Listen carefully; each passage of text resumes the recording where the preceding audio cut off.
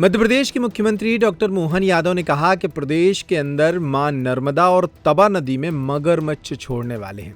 इससे जल जीवन को बढ़ावा मिलेगा। जल थल नभ में जीवों का संरक्षण किया जा रहा है। उन्होंने कहा कि इसके लिए रेस्क्यू सेंटर बढ़ाने की तैयारी है। जबलपुर उज्जैन में जू खोले जाएंगे। दशहरे की बधाई देते हुए उन्होंने वृद्धजन दिवस की भी बधाई दी। साथ ही भावांतर योजना को लेकर किसानों से भी बात की। उन्होंने कहा कि इसके पंजीयन 3 अक्टूबर से शुरू होंगे। 24 तारीख से किसान अपना सोयाबीन बेच सकेंगे। सप्ताह के शुभारंभ के अवसर पर मैं यहाँ इस स्थान पर वन विहार में आया हूँ और यहाँ अब आज के बाद से हमारे अपने पूरे पार्क के अंदर घूमने के लिए ई व्हीकल विभाग के द्वारा उपलब्ध होगी। 40 से ज्यादा वाहनों को लोकार्पित किया गया। हमारी फॉरेस्ट के साथ जुड़ी हुई पर्यटन की समितियों को लगभग 18.5 करोड़ से ज्यादा की राशि उनका लाभांश वितरण का कार्यक्रम भी किया। विभाग के अलग अलग उत्कृष्ट कार्य करने वाले सभी स्तर के अधिकारियों को भी जो विभाग की नीति है उस नीति के हिसाब से 50-50 हजार की राशि दे करके उनको भी पुरस्कृत करते हुए कार्य की दक्षता को बढ़ावा देने का प्रयास किया गया। मैं अपनी ओर से इस वन्य जीव सप्ताह के माध्यम से जो विभिन्न गतिविधि संचालित की जा रही है उसकी शुभकामना भी देता हूं और फॉरेस्ट डिपार्टमेंट धीरे धीरे आगे बढ़ते हुए सभी क्षेत्रों में काम कर रहा है, इसकी बधाई भी देना चाहूंगा। बहुत जल्दी हम अपने प्रदेश के अंदर मां नर्मदा के मूल धारा में और मां नर्मदा की सहायक तवा नदी में भी मगर जाकर छोड़ने वाले हैं। ये हमारे लिए मां नर्मदा की सवारी का उनके आवास में, उनके परिवेश में हमारी वन जीवों के प्रति जो जल जीवों को बढ़ावा देने की नीति है उसी का परिलक्षण है। जब प्रदेश के अंदर चीता अपना परिवार बढ़ा रहा है, गिद्ध सफल हो रहे हैं, लेपर्ड हमारी प्रदेश में अच्छी संख्या में आकर देश में नंबर 1 की स्थिति में जा रहा है, तो सभी क्षेत्रों में समान रूप से वन जीवों की चिंता करना और थल में, जल में, नभ में सभी प्रकार के जीवों की चिंता करने के लिए सरकार प्रतिबद्ध है। मेरी अपनी ओर से सबको शुभकामना, बधाई। नवरात्रि के पावन पर्व की आज नवमी है, पूरे प्रदेशवासियों को बधाई। कल दशहरे का आनंद है, दशहरे की अग्रिम बधाई। आज वृद्धजन दिवस भी है, वृद्धजन दिवस की भी बधाई। और जैसा हमने कहा कि हमारे सारे क्षेत्रों में धीरे धीरे करके रेस्क्यू सेंटर और जू बढ़ाने की हमारी पॉलिसी है। उसी के आधार पर जब ग्वालियर में जू है, इंदौर में जू है, भोपाल में यह वन विहार हमारा वन्य प्राणियों को देखने का अच्छा स्थान है, ऐसे करके बड़े बड़े केंद्रों पर धीरे धीरे करके हम सब दूर इस स्थान को आगे बढ़ा रहे हैं।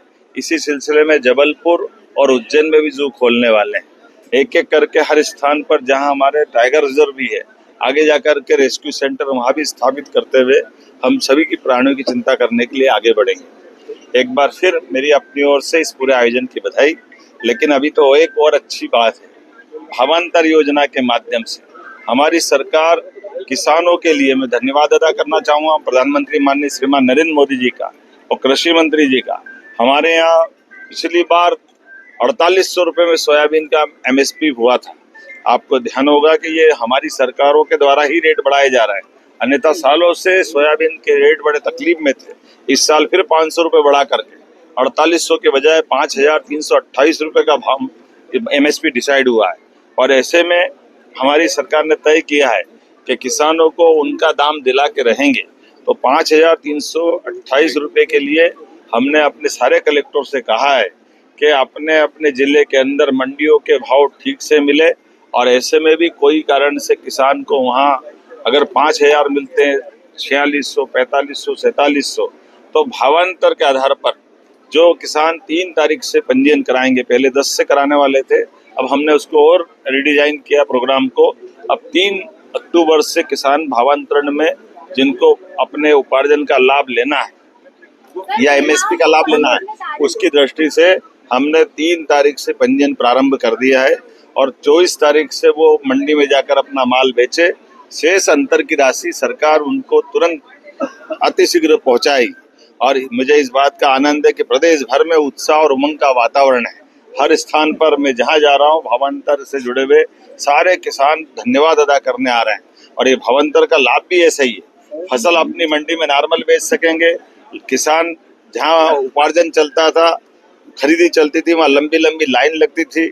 1 दिन 2 दिन 3 दिन लाइन में बैठना पड़ता था।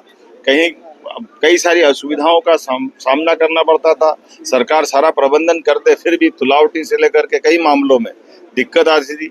FAQ से लगाकर कई सारी और चीजें भी रहती थी। ऐसे में सारी चीजों की परेशानी को ध्यान रखते हुए भावांतर योजना हमने लागू करके पूरे देश के अंदर ये हमारा आदर्श उदाहरण बना है।